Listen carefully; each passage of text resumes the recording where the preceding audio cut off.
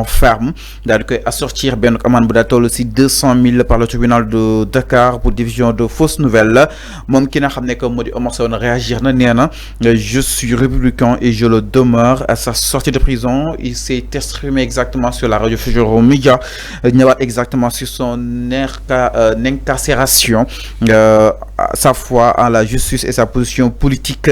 Donc je cite exactement ses propos: je crois en la justice de mon pays, je suis un justiciable, un républicain et je me distingue de ceux qui s'attaquent à l'institution judiciaire. Certes, j'ai été jugé, mais je conteste ce jugement. Mes avocats vont interjeter appel. Nul n'était la grève des greffiers, le dossier serait déjà en circuit. Le combat continue. Nee na justiciable, certes, te itam gëm na les décisions de justice, waaye dina daal di yóbbuwaat mi nag si kanam yoon ak wàllu yoonal, déposer exactement son appel. Donc fidèle à son engagement politique, Oumar Sow mu daal di réaffirmer sa position dans l'opposition. Je reste engagé face au régime en place. C'est le Sénégal qui nous importe. Je suis républicain, je le demeure.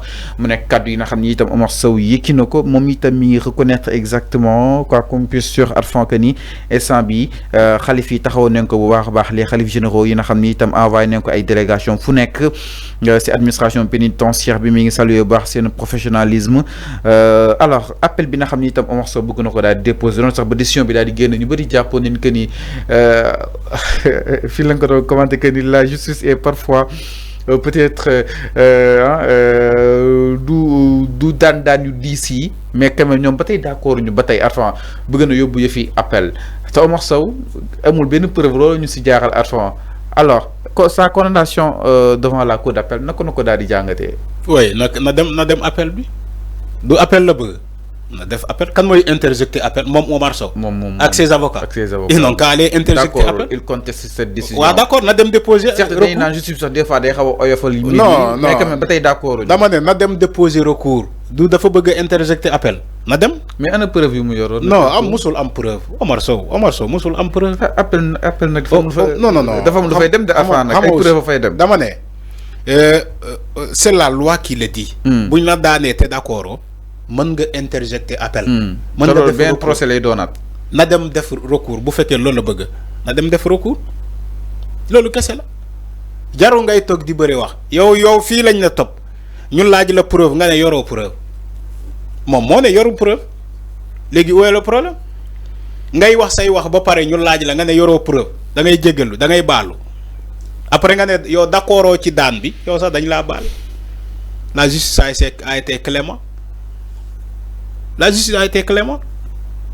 yow ñu daan la nga ne da ngay interjecter appel te yow bu ñu la laajee preuve doo génnee preuve après nga toog dinaa way tu sais comment il manipule l'information, comment il manipule le peuple. Il dit way maa ngi nuyu les xalifs généraux.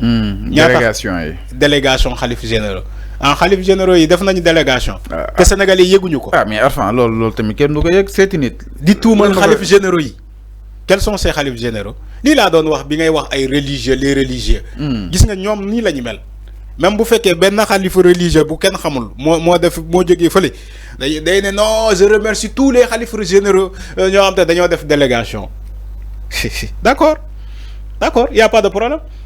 même bu fekkee bu dee xalif généraux dañoo def délégation ñoo seeti la d'accord y a pas de problème mais xalif généraux yooyu war nañ laa wax dëgg nag wax la ni que bàyyi li sosalaate bi. bay wax désormais nga am preuve.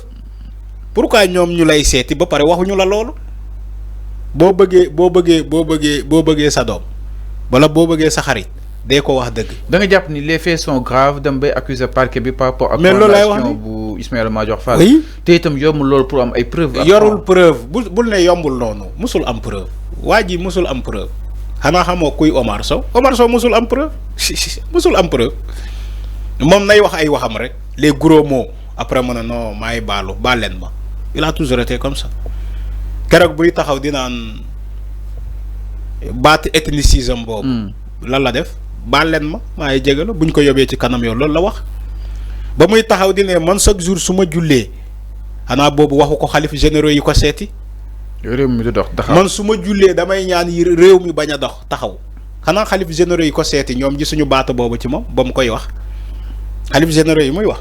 xanaa gisuñu moom Omar Sow ba muy taxaw dinaa su ma jullee damay ñaan yàlla Sénégal bañ a dox réew mi taxaw ak ban xalif généraux moo koy seeti ci loolu ci ay waxam yooyu moo dama ne la il manipule tellement les gens même bu fekkee benn nit moo ñëw rek day ne non les xalif généraux ñoo def délégation ñun gisuñu délégation boobu kan moo gis délégation boobu kan moo ko gis il faut arrêter quand même bu fekkee il n'est pas d'accord il n'a qu'à aller interjecter appel moom ak avocat am attention moom na dem ci appel mu xool na dem ci appel mu xool mën nga dem ci appel nga am gain de cause mën nga dem ci appel ñu gën a diisal affaire yi. waaw loolu il faut s'attendre à ces deux choses là. Ah bon? Pour yow appel yow yaay am ndam déedéet boo defee recours mën nañu laa gën a daan. daan bi gën a sap-sap ci beneen procès la. waaw buy tijjee ko. loolu lay wax ni wala nga dem devant la cour d'appel. wala nga dem ñu gën a oyofal ça dépend ñaari yooyu ñaari possibilités yooyu ñoo am. léegi moom comme daan nañ ko fii ba génnee ko mu ne non je ne suis pas satisfait damay dem interjecter appel allez vas-y. Et c'est son droit le plus absolu. bien sûr léegi na dem man kay awma commenter loolu du débat Fallou. Un Omar Sow et ses avocats qui veulent interjecter appel loolu kay du débat loolu du débat na dem jeex na dem loolu kay du débat na dem.